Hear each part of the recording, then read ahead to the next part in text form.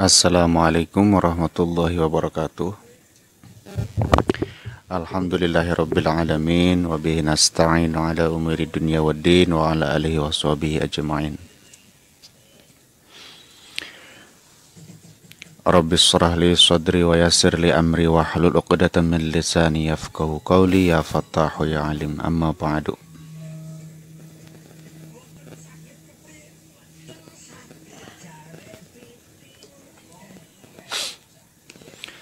Selamat berjumpa lagi teman-teman, sahabat Negara Beling dimanapun Anda berada. Semoga kita semua ada dalam keadaan sehat walafiat, selalu dalam lindungan Allah Subhanahu wa Ta'ala, disehatkan badan, disehatkan batin. Selamat dunia akhirat, amin ya rabbal alamin. Pada kesempatan kali ini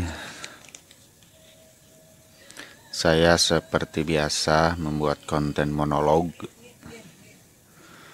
ngoceh sendiri di depan kamera.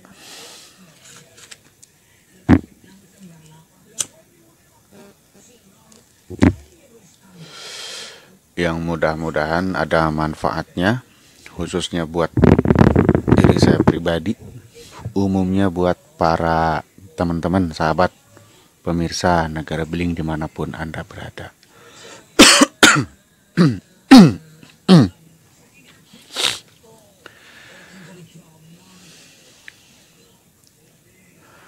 Oke, pada kesempatan yang kali ini saya coba akan mengangkat sebuah bahasan tentang mengenai apakah ilmu pelet itu termasuk sihir atau bukan, dan apakah ilmu pelet itu dilarang atau tidak. Ya, tentunya sekemampu saya, sesuai dengan apa yang saya ketahui dari guru-guru saya, dari apa yang saya baca, dan tentunya info-info pendukung lainnya, seperti itu.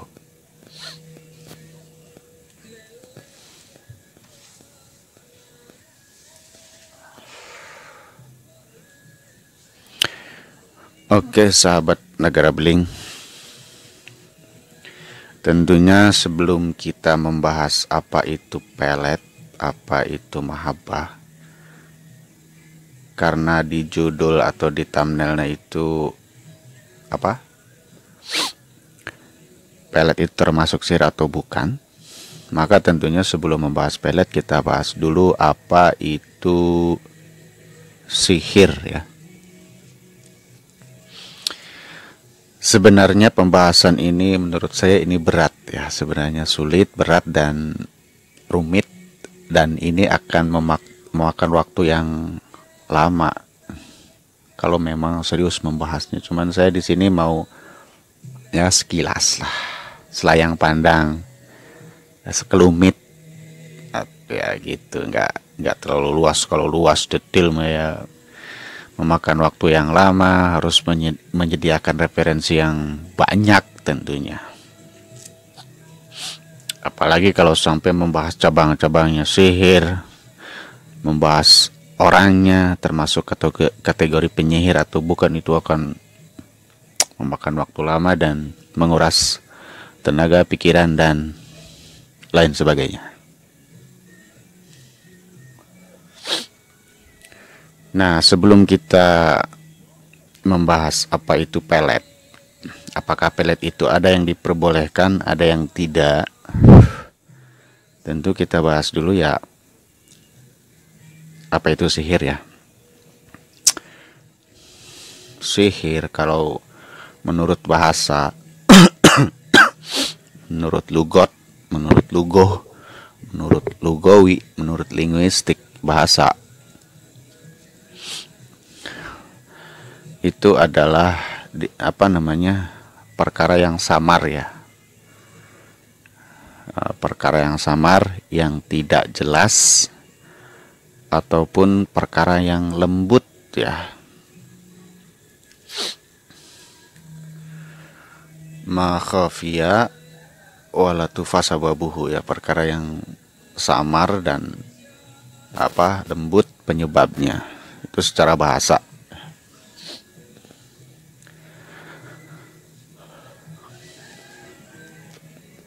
Semua ulama sepakat tentang ini. Terus kenapa ya para ulama itu mendefinisikan lugot itu, sihir itu sesuatu yang lembut, dan ini menurut para ulama kata sihir itu, sihrun, diambil dari kata saharo kalau nggak salah ya, saharo. Saharo itu ya tidak jelas, samar. Diambil dari kata saharo, waktu sahar ya. Waktu sahar itu yaitu waktu akhir malam, batas akhir malam dengan waktu fajar. Jadi malam, fajar, ya ini batasnya, ini dinamakan waktu sahar ya. Waktu yang tidak jelas, waktu yang samar, waktu yang lembut, sulit dideteksi. Waktu sahar itu ya akhir daripada waktu malam, sekitar jam 4-an lah. Yang biasanya kalau habis waktu sahar itu masuk kepada waktu fajar ya. Kalau dulu saya waktu di nyantri ya, santri kalong. Fajar itu terbagi dua. Ada fajar kadhib sama fajar sodik. Ya fajar kadhib itu fajar bohong, fajar hoax, fajar tipuan. Yang mana fajar ini menandakan masuknya waktu subuh ya. Jadi waktu malam habis, terus masuk waktu sahar, habis itu muncul fajar kadhib ya. Fajar bohong itu biasanya melintang dari ufuk timur ke barat, melintang tipis putih, setelah itu nggak lama hilang, gelap lagi. Kenapa gelap lagi? Yaitu karena fajarnya bohong. Makanya setelah hilang ya jadi gelap lagi. Setelah itu baru masuk fajar sodik, yaitu fajar yang benar. Itu biasanya cahayanya itu kalau fajar sodik itu menyebar, meluas, nggak memanjang, nggak vertikal, memanjang. Nah disitulah tiba waktu subuh.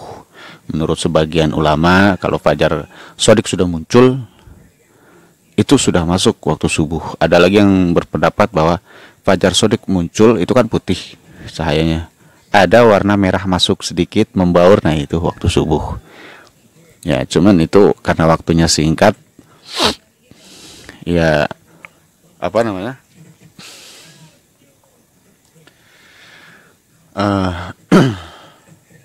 ya mau mengambil pendapat yang pertama keluar fajar sodik ya nggak masalah, lebih hati-hati malah. Atau menunggu ada cahaya merah masuk ke putih nggak masalah, itu kan dari putih ke merah itu nggak lama. Nah disitulah waktu fajar sodik, terus subuh ya, subuh, setelah itu masuk syuruk ya, dan seterusnya seperti itu. Oke, itulah ya, sihir itu diambil dari kata saharo, yang artinya sesuatu yang samar, tidak jelas, dan sulit dideteksi, lembut gitu. Nah, adapun menurut istilah sihir itu, nah ini dia. Kalau menurut istilah ini atau menurut syarak, menurut hukum, ini para ulama kebanyakan berbeda pendapat ya. Ulama mujtahid tentunya, bukan ulama biasa. Yang ulama biasa merumuskan suatu hukum terus difatwakan menjadi fatwa, itu ulama ijtihad. Karakternya. Kalau definisi ijtihad ya ada lagi, lain lagi. Nanti lo bahasnya, nanti malah kita melebar kemana-mana ya.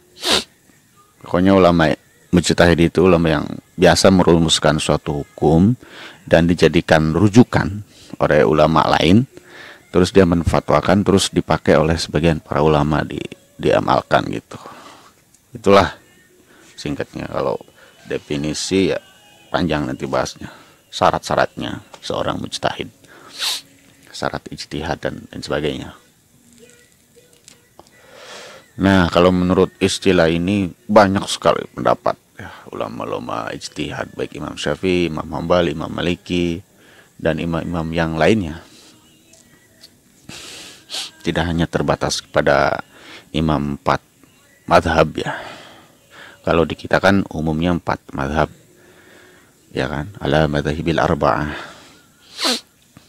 Sebenarnya banyak di luar madhab 4 itu pendapat-pendapat yang lain.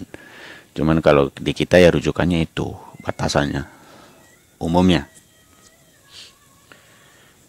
Kalau apa namanya, sihir itu ya kalau menurut istilah itu kan beda-beda. Cuman begini ya, dari semua definisi itu rata-rata persamaannya apa namanya, bersandar kepada selain Allah. Ya istilahnya berbuat syirik, menduakan Allah, itu termasuk sihir ya. Terus yang kedua caranya ya. Kalau sihir itu caranya rata-rata dengan cara yang ya cara-cara yang buruk dan juga tujuannya juga jelek ya. Salah satu cara sihir itu biasanya apa? Dari salah satu keterangan, man aqada muddatan, ya kan? Summa nafasa faqad saharo. Ya, barang siapa mengikat suatu ikatan, apa namanya? Summa nafasa, dengan napas, dengan tiupan, faqad saharo, maka itu termasuk sihir. Itu salah satu contoh ya. Ya istilahnya buhul gitu loh, kayak pakai boneka. Kalau di kita kan sihir-sihir santet, teluh tenung itu kan pakai boneka, pakai media apa gitu kan, salah satunya yang kayak begitu, diikat, ditiup, dibacain mantra-mantra, jambe-jambe yang disandarkan kepada selain Allah atau bekerja sama dengan syaitan, baik dari golongan manusia ataupun dari golongan jin. Dan kerjasama itu biasanya menimbulkan madorot, karena biasanya kalau kita meminta sesuatu dari bangsa jin, itu biasanya mereka memberikan suatu syarat. Biasanya syaratnya itu ya rata-rata ya membahayakan dan buruk tentunya ya. Ujung-ujungnya paling ekstrim syaratnya ya harus menyembah, biasanya begitu. Makanya sihir ini dilarang ya, dilarang keras dan diharamkan oleh sebagian besar ulama. Bukan sebagian besar, semua ulama secara umum sihir ini dilarang, haram dan membahayakan ya.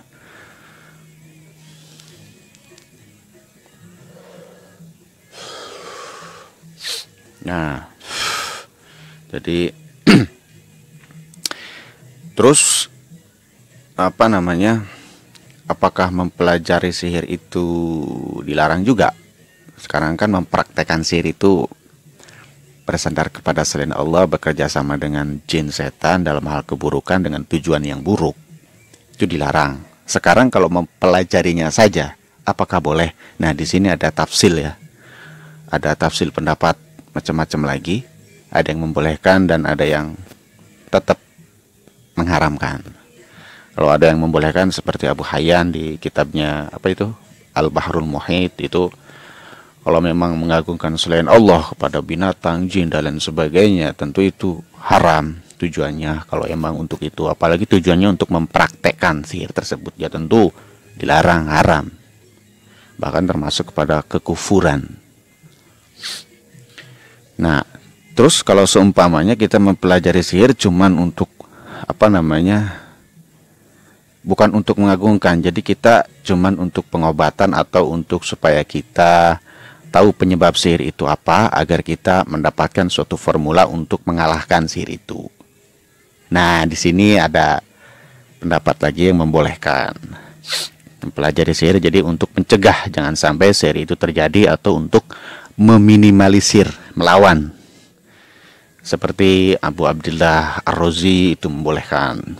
Kalau belajar tujuannya ya untuk itu, mencegah dan mengobati sihir itu boleh. Itu mempelajarinya. Jadi praktekannya haram. Kalau mempelajari tujuannya buruk kepada selain Allah, tujuannya buruk, jelek, haram. Kalau mempelajari tujuannya untuk hal pencegahan atau mencari penyebab suatu sihir, maka itu dibolehkan ya. Nah, terus pertanyaan yang lain lagi, seumpamanya apakah ada sihir itu yang dibolehkan? Sebenarnya secara umum sihir itu, karena emang definisi secara umum sihir itu ya haram, dilarang, dan kufur termasuknya. Pertanyaan lagi, kalau seumpamanya kita bersandarnya kepada Allah, terus ya tanpa wasilah ataupun dengan wasilah. Biasanya kalau wasilah itu ya kepada nabi, para rasul, para wali, para syuhada, para orang soleh, para ulama, atau malaikat muqarrabin, atau kepada malaikat ya. Terus caranya baik ya, artinya dengan kita zikir, wirid, puasa, itu kan baik, tujuannya juga baik ya. Maka itu secara bahasa itu sebenarnya sihir juga, tapi secara hukum syariat itu bukan termasuk sihir. Kenapa saya katakan demikian? Menurut bahasa itu sihir ya, karena secara bahasa ya itu kan samar juga kita, walaupun tujuannya baik kepada Allah, terus caranya baik, tetap secara bahasa itu sihir. Cuman ini bukan hukum, bahasa doang ya. Karena kita main belakang, tetap sama judulnya dengan para tukang teluh, tukang tenung, tukang sihir. Dengan kita cara yang diistilahkan oleh para masyarakat sekarang itu sihir putih atau sihirul abyad. Tetap secara bahasa itu sihir, tapi secara hukum, secara syara itu boleh ya, secara hukum boleh. Jadi secara bahasa tidak pengaruh, namanya juga bahasa budaya. Setiap daerah punya bahasa seperti itu, jadi boleh. Makanya seperti yang dipelajari di pesantren itu ilmu hikmah, seperti kitabnya Syamsul Ma'arif, ataupun baik Syamsul Ma'arif Kubro atau Sugro ataupun Jaljalut, ataupun kitab Mamba Usulul Hikmah karyanya Abil Abbas Ahmad bin Ali Al-Buni, ataupun Sirul Jalil karangan karyanya Sultanul Auliya Abul Hasan Asyadzili, terus kitab Khazinatul Asrar, terus banyaklah kitab-kitab tanda kutip hikmah gitu ya, tanda kutip hikmah atau kebatinan sebenarnya. Maka yang seperti itu boleh, dengan catatan tujuannya baik. Kalau kitab-kitab itu kan tetap bersandar kepada Allah, caranya baik. Nah, kadang-kadang tujuannya ada yang melenceng. Yang asal tujuannya baik ya nggak masalah. Makanya ilmu-ilmu seperti kebatinan itu harus didampingi oleh ilmu-ilmu yang lain ya. Ilmu hikmah, kebijaksanaan, ilmu fikih, ilmu tasawuf, dan ilmu tauhid itu yang penting. Seperti kita contoh ya, kita ada seseorang suka kepada seseorang ya. Contohnya kita seorang laki-laki suka kepada seorang wanita ya. Terus dia meminta bantuan kepada ahli hikmah, atau dia mengerjakannya sendiri, asal dia dengan catatan memintanya kepada Allah, menyembahnya tetap kepada Allah, caranya baik dengan zikir, wirid, tidak dengan cara-cara yang madarat, menimbulkan madarat, cara yang haram. Terus tujuannya baik buat untuk dinikahi, bukan untuk main-main, itu boleh. Nah, nanti yang ahli hikmahnya, yang pemberi ijazah, yang akan mengerjakan ritual itu harus bijaksana juga ya. Artinya begini, seorang laki-laki nih suka kepada seorang perempuan. Pak Kiai tolong saya bantu ini. Oke. Nah, si Pak Kiai tersebut atau si mu'jiz atau si ahli hikmah tersebut harus menelusuri dulu, jangan langsung dikasih. Ya artinya ini si perempuannya sudah dilamar orang atau belum. Nah, ini kan harus didampingi dengan fikih. Terus si perempuannya ini statusnya istri orang apa bukan? Ya kan? Terus nanti kalau seumpamanya jadi, ini efeknya gimana secara sosial, secara psikologi. Terus juga dari agamanya gimana, ceweknya, terusnya keluarganya, latar belakangnya, pendidikannya, sekufu atau tidak. Nah, itu juga harus jadi pertimbangan. Nah, di sini ya bukan hanya boleh, tapi itu berpahala tentunya ya. Karena membantu orang untuk beribadah, nikah itu kan ibadah. Ya kan? Jadi secara umum sihir itu haram, dilarang, dan bisa terjerumus kepada kekufuran. Tetapi ada sihir yang memang secara syara boleh, dan itu bahkan berpahala ya. Menolong orang kayak tadi untuk beribadah atau menyembuhkan suatu penyakit dengan catatan mintanya kepada Allah, ya baik pakai wasilah ataupun tidak. Ya rata-rata biasanya pakai wasilah ya, biar doanya tepat terkabul. Terus caranya juga baik, tidak dengan cara-cara para ahli sihir, para tukang tenung yang biasanya pakai darah, pakai cara-cara yang zolim lah gitu kan. Bahkan ada suatu jampe ditulisnya dengan darah manusia atau dengan darah haidnya wanita itu, atau dengan tanah kuburan. Tanah kuburan itu berbahaya, itu bahaya. Ya, jadi caranya baik, tujuannya baik, dan ini darurat. Ya kan, seumpamanya kalau tidak dinikahkan nih, kalau tidak nikah dia sama dia, ini bahaya. Contohnya kan, kita secara fikih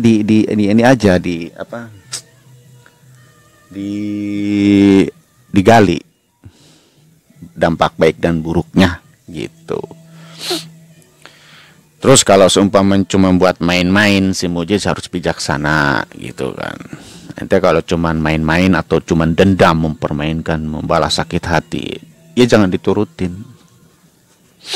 Jangan, tapi nasihatin. Gak boleh dendam gitu. Kecuali kalau ente serius, baru kita pelajari dulu permasalahannya, baru langsung ditolong, dikasih suatu amalan atau wiridan atau dikerjakan oleh si mujiz tersebut.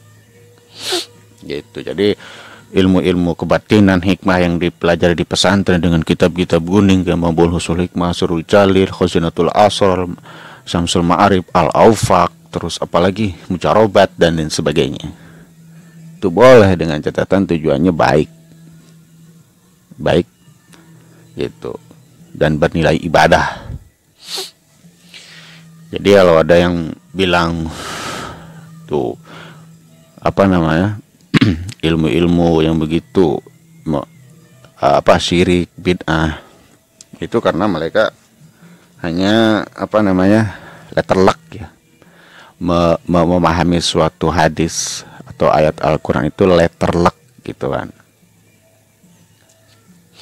Ada bahkan di YouTube juga tuh kayak siapa ya menganggap bahwa ini adalah kitab sihir, dilarang, kufur. Ada.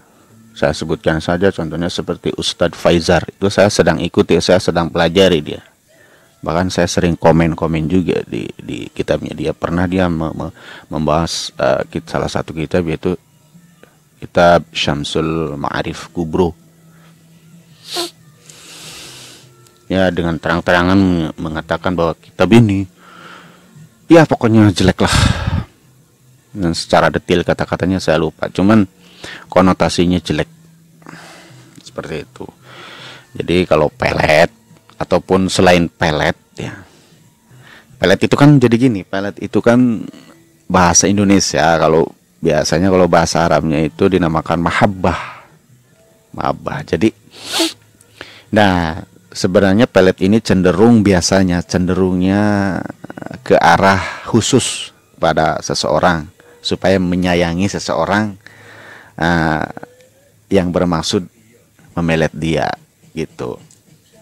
Walaupun ada pelet yang umum, cuma rata-rata ya konotasinya kalau pelet itu khusus. Kalau mahabbah konotasinya biasanya umum, walaupun ada yang khusus.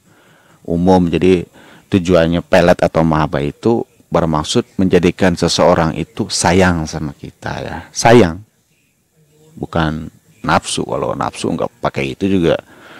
Ada lihat wanita cantik telanjang ya nafsu. Cuman sayang, rasa sayang. Jadi mahabbah itu kan tingkat-tingkat macam-macam. Kalau di ilmu pelet itu kan ada semar mesem, ada jaran goyang, semar kuning, apalagi itu banyak. Saya kurang begitu paham, cuman tahu-tahu dari orang atau bahkan baca dari Google. Kalau macam-macam ilmu pelet itu saya tidak mempelajari ya. Atau mahabbah ya, mahabbah dengan cara yang ihsan ya, cara yang baik, cara yang tidak melanggar syariat ya, seperti dengan wirid ya. Biasanya mewiridkan suatu aurad wiridan, biasanya ayat Al-Qur'annya contohnya seperti ma'aba umum ini itu ada asyar qaqa wa syamsul qamar ra'aitum sajidin kayak gitu, atau walau anak Qur'an suyirat bil jibalu, terus itu kan biasa rata-rata kalau anak santri untuk pelet yang dua itu secara umum pada ngerti lah, pada tahu itu mahabbah umum. Jadi tujuannya supaya orang-orang tuh kalau melihat kita, berhadapan dengan kita, menyebut nama kita, mereka sayang gitu. Nggak ada salahnya. Kalau mahabbah umum bahkan siapa saja, nggak tertentu. Nah kalau tertentu khusus supaya si anu sayang sama kita terus menikah, itu beda lagi. Ya artinya harus ditelusuri lebih orangnya, yang punya hajatnya tuh harus diinterogasi dulu, ditanya-tanya dulu, terus cari informasi dulu. Ini keluarganya gimana, pihak itunya seperti apa, sekufu atau tidak, agamanya gimana, ini orangnya udah dilamar orang apa belum, istri orang apa belum, tuh ditelusuri semuanya kalau khusus. Soalnya ini kalau tidak teliti ini bisa bahaya nantinya ya. Nanti si yang pemberi ijazahnya, pemberi amalan juga nanti harus ikut tanggung jawab. Makanya harus dipelajari dulu. Seperti itu. Nah, mengenai khusus biasanya tuh contoh ya, kayak membaca berapa tuh Allahumma ij'alni apa? Allahumma ij'alni apa tuh saya belum pernah. Cuman pernah baca Allahumma ij'alni apa, pokoknya kesanalah, menjadikan hatinya seseorang itu supaya tunduk, cinta, sayang sama kita. Ada macam-macam lah wiridnya, tergantung kita berguru kepada siapa dan tingkatannya apa. Kayak gitu. Terus media pelet itu macam-macam. Media pelet itu ritualnya. Kalau pelet nih ya, pelet yang biasa dipraktekkan dukun itu ada yang pakai foto. Kenapa pakai foto?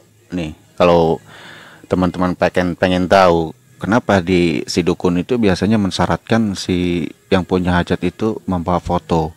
Tujuannya itu supaya si khodamnya itu, si jinnya itu mengenali sasarannya. Kalau tidak dibawain foto, dia kelimbungan cari yang mana ini. Atau juga bisa melalui pakaian, karena di pakaian itu menempel sidik jari atau DNA. Jadi si jin itu mengenali, oh orang yang dia keliling, DNA-nya sama, ya kayak gitu. Jadi tujuan untuk mengenali. Atau juga ada yang melalui nama bin atau binti gitu ya, melalui silsilah keturunan. Ya, dia orang tuanya siapa, bin siapa, binti siapa, kan gitu. Ada lagi yang melalui tanah kuburan. Wah, itu mah biasanya sihir ya. Ini pelet ya. Terus selain itu ada yang melalui mimpi. Nah, itu ada yang melalui mimpi, ada. Kita kirim mimpi kepada dia, ada suatu amalan. Nanti ketika dia mimpi, apalagi mimpinya nanti terus-terusan, akan merubah, membalikan hatinya dia jadi sayang kepada orang yang diimpikan. Atau juga melalui parfum. Itu biasanya mahabbah umum ya. Biasanya Ya kalau kita mencium bau parfumnya kita itu orang seneng gitu. Ada lagi yang melalui makanan. Makanan dimakan atau diminum oleh si target. Ada lagi yang melalui apa ya? Sentuhan. Kepulan asap rokok atau batu kecil kerikil dilempar kepada dia. Ya, ada lagi hanya cuma melalui pandangan. Ada lagi yang macam-macam lah. Ya kan banyak.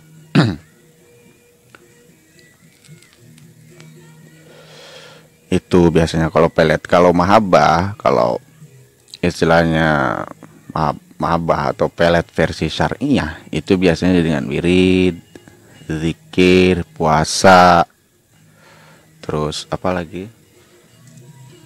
Sholat hajat, sholat sunnah dan lain sebagainya dengan cara-cara yang baik. Kalau mahabbah itu dibolehkan dengan catatan bersandar kepada Allah, tetap menyembah kepada Allah, hakikatnya minta pertolongan kepada Allah, ya kan? Dengan wasilah para nabi ataupun tanpa wasilah nggak salah kalau emang bisa. Biasanya kalau para ahli hikmah itu ya pakai wasilah. Para nabi, para rasul, para syuhada, para wali, ya kan? Terus caranya baik dengan zikir, wirid dan lain sebagainya. Terus tujuannya baik. Terus nanti efeknya dihitung gitu kan. Ini dampak buruk baiknya itu dihitung. Itu jadi didampingi dengan ilmu hikmah, fikih, tasawuf dan tauhid. Biar tidak salah jalur, biar tidak nantinya kalau sudah jadi rumah tangga cekcok. Ada yang begitu ya, karena kurang teliti itu biasanya si mujiznya. Orang tidak sekufu dipaksain karena ini orangnya kaya menerima bayangan. Kalau dia tidak sekufu, lama-lama itu cekcok, bisa cerai juga. Dan itu kan ya istilahnya kita meminimalisir. Kalau cerai itu kan ya istilahnya tergantung masalahnya. Tapi kan kita meminimalisir kalau bisa, kalau rumah tangga sudah awet. Ya artinya dilihat dari segi fikihnya, sekufu atau tidak, agamanya, umurnya, hartanya, orang tuanya, keluarganya, tetangganya, gitu. Jadi biar mantap, mantul gitu. Jadi seperti itu ya, sahabat, teman-teman. Kesimpulannya sihir itu secara umum itu haram, dilarang, terus apa? Terjerumus kepada kekufuran. Tetapi ada sihir yang memang dibolehkan. Itu seperti yang telah saya paparkan tadi. Ini sekelumit tentunya ini. Kalau bahas sihir secara detail panjang itu bisa berbulan-bulan. Ya kan, cabang-cabangnya kan banyak. Menentukan ini tukang sihir apa bukan itu bahasanya lain lagi. Karena ini si tukang sihir ini kalau menurut Imam Malik ini harus dibunuh itu. Harus dibunuh. Tapi kalau di kita yang Pancasila demokratis ya tidak perlulah dibunuh dengan apa? Fisiknya. Bunuh saja kebebasannya, artinya dipenjara kayak gitu. Dulu kan pernah di Banyuwangi atau di mana tuh ada peristiwa pembantaian yang dianggap dukun, dibunuh, dibakar. Itu sebenarnya kalau di negeri Pancasila ini ya nggak boleh, main hakim sendiri. Ya dibunuh tapi bukan fisiknya, bisa kebebasannya, bisa apa namanya ilmunya dibunuh, dibuang atau dan lain sebagainya, gitu. Terus ada lagi ya, gitu karena hukum sihir itu mengikuti hukum syara ya, kayak hukum bid'ah ya kan, ada bid'ah yang baik yang buruk gitu kan, seperti begitu. Jadi nggak saklek. Hukum fikih itu kan menyempit di kala luas dan meluas di kala sempit, itu hukum fikih, tidak saklek. Hukum fikih itu beredar dengan ilahnya kan, dengan alasan, tidak saklek. Suatu perkara apa sih usul fikihnya saya lupa. Al hukmu ya durumal ilah kalau nggak salah ya. Ya hukum itu beredar dengan alasannya. Itu kan.